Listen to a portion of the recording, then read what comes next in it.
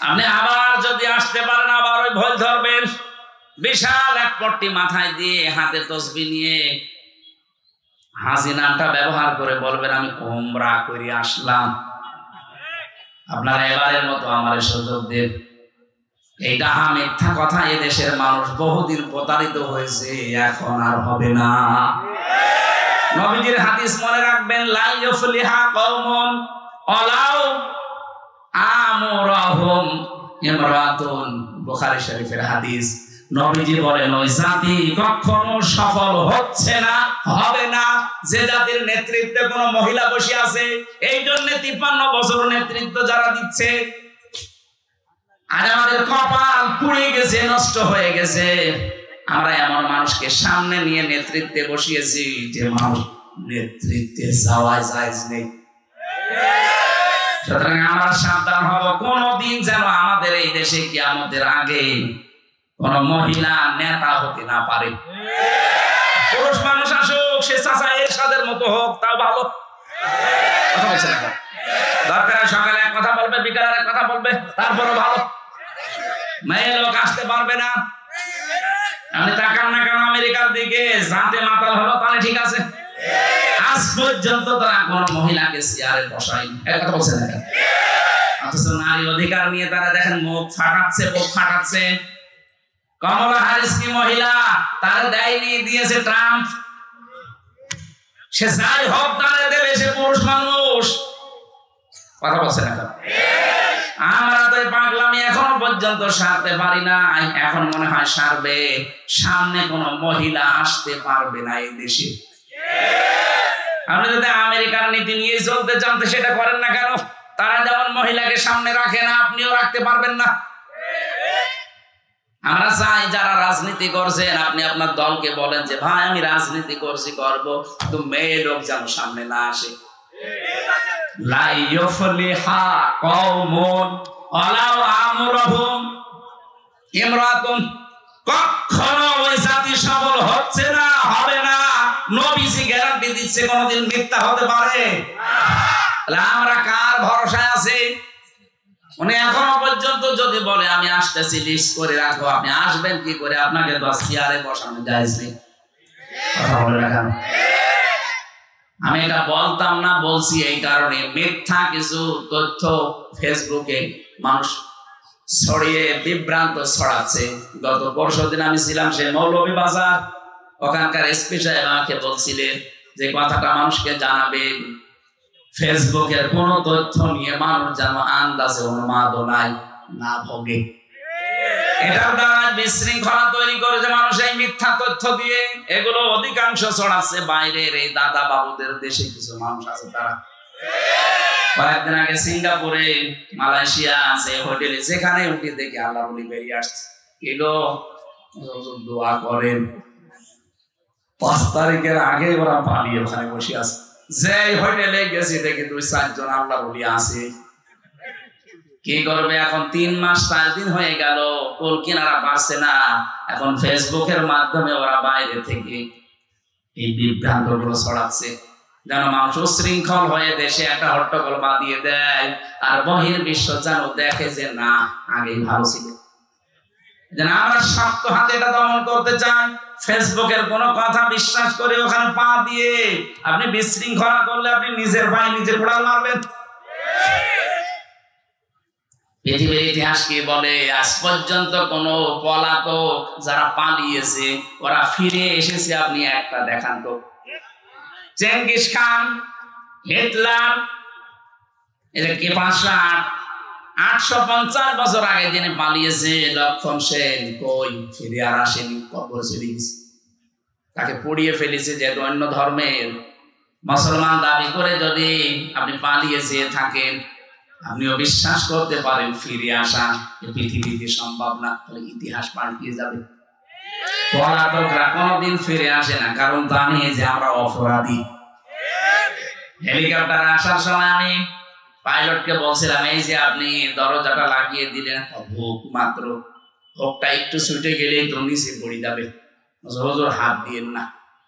হাত দিয়ে যদি হুকটা খুলে যায় তাহলে কিন্তু সত্যি পড়ে যাবে। মাঝে মাঝে ওই সময় আমার মনে হচ্ছিল, আল্লাহ দুই বোন একসাথে পালিয়ে গেল, যদি হোকটা একটু খুলে যেত, একটু হোক খুলে গেলে হয়তো বাংলাদেশের যে কোনো এক জায়গায় পড়ে যেত। কথা বলছে না, মানুষ পিটিয়ে মেরে ফেলত।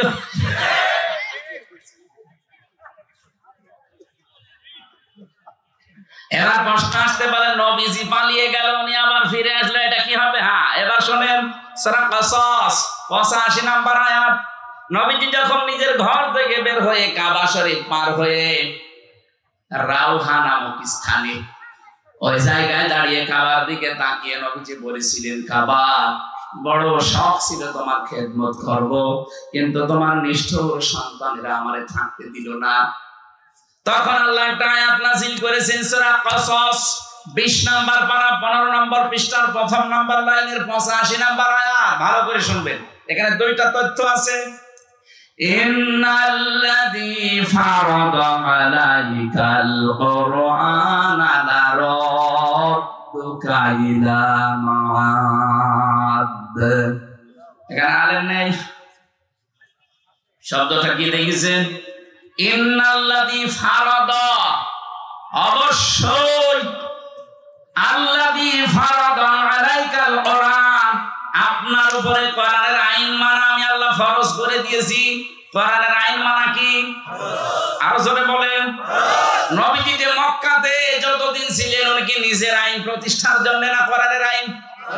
হ্যাঁ, কথা বলেন না কেন? কোরআন আইন যারা প্রতিষ্ঠা করার জন্য ফরজ মনে করে কাজ করে, আল্লাহ পরের শব্দে দিয়েছেন লা রাদ্দুকা ইলা মাআদ, লামে তাকিদ। আল্লাহ গ্যারান্টি দিচ্ছেন, হে নবী, আজকে আপনি যেখানে দাঁড়িয়ে কাবার দিকে মুখ করে আফসোস করছেন, আমি আল্লাহ গ্যারান্টি দিলাম, আপনি যদি কোরআনের আইন কায়েম করার জন্য, প্রতিষ্ঠা করার জন্য এটা ফরজ মনে করে কাজ করতেন। কোরআনের আইন প্রতিষ্ঠা করা নফল না ফরজ? আরো জোরে বলেন, কেন ফরজ? যত নবী আল্লাহ পাঠিয়েছেন, বড় বড় 4 জন নবীর নাম আল্লাহ ব্যবহার করেছেন সূরা শূরা 13 নম্বর আয়াতে। বড় বড় 4 জন নবীর নাম, এমনকি মুহাম্মদুর রাসূলুল্লাহকে আল্লাহ বলেছেন, নবী, আপনাকে আমি আদেশ দিলাম আন আকিমুদ্দিন, দিন কায়েম করা লাগবে। দিন কায়েম করা মানে কোরআন কায়েম করা। কথা বলেন না কেন? বিষয়ে কোনো মত পার্থক্য ফতোয়াবাজি চলবে না। এই আয়াতগুলোর দ্বারা প্রমাণ হয়, কোরআনের আইন যারা প্রতিষ্ঠার জন্য চেষ্টা চালাবে, এই মানুষগুলো যদি বাধ্য হয় দেশ ত্যাগ করতে, হিজরত করতে, চলে যেতে, আল্লাহ গ্যারান্টি দিয়ে বলেছেন, অবশ্যই আপনাকে আমি এই জায়গায় আবার ফেরত নিয়ে আসবো। এই জন্য এই বাংলাদেশে কোরআনের কারণে, কোরআনের আন্দোলন করার কারণে, প্রতিষ্ঠার জন্য যারা টিকতে পারে নাই, হয়তো দেশ ত্যাগ করেছে, অথবা গোপনে ছিল, কথা বলছেন না কেন? অথবা এমন কোন জায়গায় চলে গেছে যে আসার মতো না, এই মানুষগুলোকে আপনি দেখবেন আল্লাহ পাক ঠিক তাদের মর্যাদা দিয়ে আবার ফেরত নিয়ে আসবে। লা রাদ্দুকা ইলা মাআদ, অবশ্যই আমি আল্লাহ ফেরত নিয়ে আসবো আপনাকে। এর বাস্তব প্রমাণ মাওলানা আবুল কালাম আজাদ, ওই যে দাঁড়িয়ালাটা, এই কথা বলছেন না? মিথ্যা মামলা বাচ্চু রাজাকার নাম দিয়ে চালিয়ে দিয়েছিলেন। যারা জীবনদি অবস্থায় ছিল কোরআনের কারণে, এদেরকে আল্লাহ জনগণের কাছে ফিরিয়ে দিতেন, আপনারা যদি ঔষধ দিয়ে মেরে না ফেলতেন। কোরআনের পাখি যদি সত্যি আর একটা বছর হায়াত পেত, আমি যদি ঔষধ দিয়ে, ইনজেকশন দিয়ে মেরে না ফেলতেন, আমি তো তার সাথে ছিলাম, একদিনের জন্য হলে দেখা হয়েছিল আমার। যদি সত্যি আপনারা মিথ্যা ধোঁকাবাজি করে তারা বললেন, চলেন আপনাকে হাসপাতালে নিয়ে যাব। হাসপাতালে নিয়ে যাব কি বলেছিলেন? জেলার পরের দিন আমাদেরকে বলেছে ওনার অসুস্থ, হাসপাতালে নিয়ে গেছে, অথচ উনি নিজে জানে না যে উনি অসুস্থ। কি কায়দা দেখেছেন? বলছে আপনি অসুস্থ, আপনাকে হাসপাতালে নিয়ে যাব। উনি বলছে, কই, আমি তো ভালো আছি। বলছে, না, আপনি অসুস্থ। চাচা এরশাদকে নাকি নির্বাচনের আগে ধরে নিয়ে বলছে আপনি অসুস্থ, চলেন হাসপাতালে। বলছে, কই, আমি ভালো আছি। বলছে, না, আপনি অসুস্থ। কোরআনের বাণীকে ঠিক এইভাবে ধোঁকা দিয়ে বলেছে আপনি অসুস্থ, চলেন, আপনাকে সুস্থ করে আপনাকে ছেড়ে দেওয়া হবে। পরিবারস্থ লোক বাইরে অপেক্ষা করছে, এই জন্য উনি হাসিটা দিয়েছিলেন। উনি মনে করছে আমি তো বাইরে চলে যাচ্ছি, আমার পরিবারের লোক, আমার দলের লোক, আমার দেশের লোকের সাথে দেখা হবে। তো শয়তানরা যে ফাঁক পেতে রেখেছিল, ইনজেকশন দিয়ে ওনারে বিদায় করে দিলে, নয়তো আল্লাহ অবশ্যই কোরআনের এই ময়দানে তাকে আবার ফিরিয়ে নিয়ে আসবে।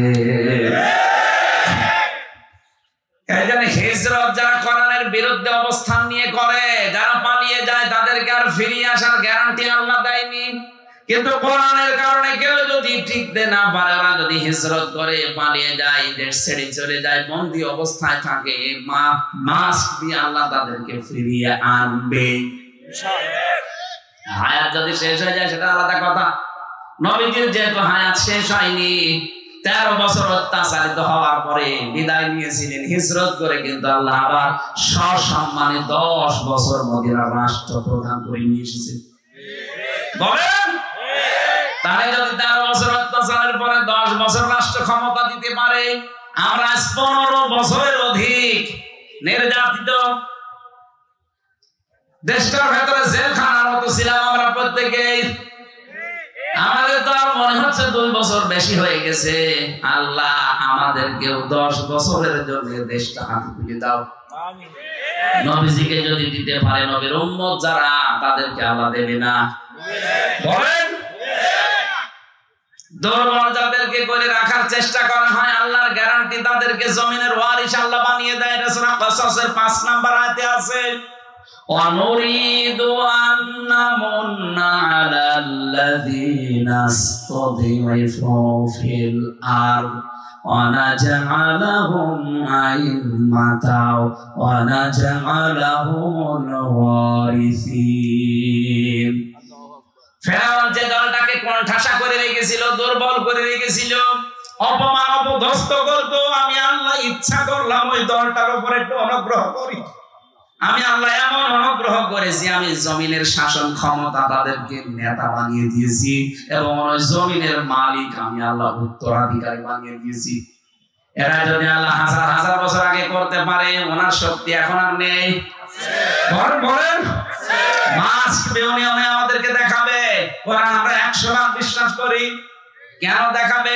অনুমাক্কিন লাহুম ফিল আরদ, জমিনে আমাদেরকে আল্লাহ ক্ষমতা দেবেন। ও নুরিয়া ফিরআউনা ওয়া হামানা ওয়া জুনুদাহুমা মিনহুম মা কানু ইয়াহজারুন। আল্লাহ পাক বলেন, ফিরআউন, হামান এবং তার সৈন্যদেরকে আমি দেখাতে চাই, যারা সবচাইতে বেশি ভয় করত মুসার দলকে, তাদেরকে আমি ক্ষমতা দিয়ে দিয়েছি। 53 বছরে সবচাইতে বেশি প্রত্যেক জালেম এবং মুনাফিকরা ভয় পায়, না জানি যাদেরকে বেশি কোণঠাসা করে রাখলাম তারা আবার ক্ষমতায় চলে আসে কিনা। আল্লাহ পাক মনে হচ্ছে আমাদের উপরে এখন মনন করেছে। আগস্টের 5 তারিখের আগে আপনি জরিপ দেখেছেন, মাত্র 100 জনের 15 জন মানুষ চাইতে দেশে ইসলাম কায়েম হোক। 3 মাস 4 দিনের ব্যবধানে গতকালকের জরিপ দেখেছেন, 100 জনের 58 জন মানুষ এখন চাচ্ছে দেশে ইসলাম কায়েম হোক। আয়াতগুলো আমার মনে হচ্ছে বিশ্বাস যে আল্লাহ দেখাবে। কথা বলেন না কেন? আরে ভাই, মানুষের অন্তর তো আল্লাহর কুদরতি হাতে, উনি একটু ঘুরিয়ে দেবে, পারবে না উনি? এইজন্য মনোনীত দ্বীন আল্লাহর কাছে ইসলাম, এটার ভেতরে আমরা যারা আছি, আপনি মনে করবেন যদি ইসলাম মানতে পারেন, তাহলে ইসলামের ভেতরে আপনি প্রবেশ করেছেন আল্লাহর এই কথা অনুযায়ী, আনুগত্য, আত্মসমর্পণ, এটা 1 নম্বরে আপনার ভেতরে পাওয়া যাবে। 2 নম্বরে ইখলাস পাওয়া যাবে। কি পাওয়া যাবে? প্রত্যেকটা কাজে আল্লাহর জন্য, মানুষ দেখানোর জন্য না। 3 নম্বরে বিশুদ্ধ আকীদা তৈরি হবে আপনার। যদিও বাংলাদেশ সহ বিশ্বে, বিশেষ করে বাংলাদেশ, ভারত, পাকিস্তান, এই 3টা দেশে জামাতি ইসলামী নেই। বলেন, এই 3টা দেশে আমি গেছি, দেখেছি এই মুসলিম দলটার উপরে কিছু আলেম নামধারী, আমি আলেম তাদের বলি না, কারণ তারা এদের বইগুলো পুরাটা পড়ে না, আন্দাজে ফতোয়া দেয়। এই মুসলিম দলটার উপরে আকীদার প্রশ্ন তুলে একটা বিভ্রান্তি ছড়ায় মানুষের মাঝে যে এদের আকীদা ঠিক নেই। একটা মুসলিম দলের উপরে, মুসলিম মানুষগুলোর উপরে এরকম মিথ্যা তহমত আপনি দিতে পারলেন, এই লোকটা যা করেছে আপনার 14 বংশ মিলে করতে পারবে না। তার এতটুকু হায়াতে যত বই লিখেছে, আপনি 10 ডবল হায়াত পেলেও 5টা বই লিখতে পারবেন না। তাহলে ইসলামের অর্থনীতিতে খেদমত করেছে, তাদের থিওরি গুলো মুশারাকা, মুদারাবা, মুরাবাহা, বায়ে সালাম, বায়ে ইস্তিসনা, বায়ে মুআজ্জাল, এই সমস্ত বিষয়ের ভেতরে কতগুলো তথ্য লুকিয়ে আছে। ইসলামকে অর্থনৈতিক ভাবে দাঁড় করানো কি করেছেন আপনি? খালি আকীদা খারাপ, আকীদা খারাপ। কি দেখেছেন আকীদার? আকীদা কোনো খারাপ না, কোনো মাসলা মাসাইল নিয়ে হয়তো মতপার্থক্য থাকতে পারে, এটা হবে। কেউ যদি গবেষণা করে কোন মুজতাহিদ কোন মাসলা মাসাইল উদ্ঘাটন করতে যে ভুল করে, তার একটা সওয়াব পাবে, আর যদি ঠিক করে 2টা সওয়াব পাবে। যে সারা জীবন মাওলানা মওদুদী রাহমাতুল্লাহ আলাইহি উনি গবেষণা করে করে তথ্যগুলো দিয়েছে, যদি ভুলও হয় তার একটা রসগোল্লা আছে, আর যদি সঠিক হয় 2টা। আপনি কি করলেন? আপনি তো গবেষণাই করেন না। আপনার পেটে বোম মারলে মুজতাহিদ লিখতে কি লাগে আপনি তাও বলতে পারবেন না। আপনি গবেষণা করেছেন কি করে মানুষকে ডোবানো যায়। আকীদার প্রশ্ন যারা তুলছেন, কি আকীদা আপনি তৈরি করেছেন বলেন তো? ফাঁসির দড়ি যদি গলার কাছে চলতো তখন আকীদা বের হয়ে যেত। যে মানুষগুলোর উপরে এই প্রশ্ন তোলেন তাদের আকীদা আপনি টের পাননি। ফাঁসির দড়ি একদিকে, আর একদিকে শুধু যদি বলতো যে না আমি ছেড়ে দিলাম, সঙ্গে সঙ্গে তাদেরকে মন্ত্রী বানিয়ে দিত। এই অফারও দিয়েছিল। কোরআনের পাখিরে জালেমরা বলেছিল আপনি ছাড় পেয়ে যাবেন, শুধু জামাত ইসলামটা বাদ দিয়ে বলবেন যে আমি নিজে আলাদা একটা দল করলাম। বলেছেন না আমি এটা মানি না, আমি কোরআন হাদিস পড়ে এইটাই পেয়েছি, আমাকে জামাতবদ্ধ হয়ে থাকা লাগবে। জামাতবদ্ধ মানে জামাত ইসলামী করা লাগবে না, আপনি জামাতবদ্ধ হয়ে থাকবেন মুসলমানদের একটা দলে, যেই দলে আকীদাতে এইটা আছে যে সার্বভৌম ক্ষমতার মালিক আল্লাহ, কিন্তু যেই দলের ভেতরে এইটা নেই যে ক্ষমতার মালিক জনগণ, সেই দল মুসলমান করতে পারে না। বাংলাদেশে অনেকে করছে না, মুসলমান দাবি করে। আমি আপনার বিবেকের কাছে প্রশ্ন রাখলাম, আপনি কি করবেন এবার ভাবেন। যারা মনে করেন ক্ষমতার উৎস জনগণ, তারা মুশরিক। কি কথা বলেন না?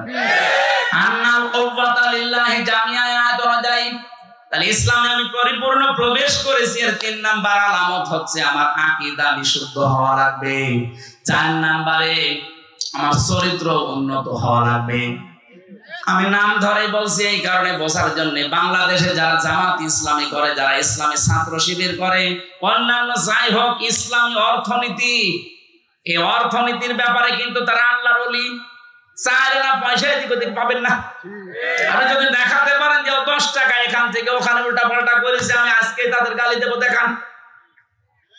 আর অন্যান্য দলের বলেন দরবেশের মতো মানুষ 36,000 কোটি টাকা মারি কাটি করেছে,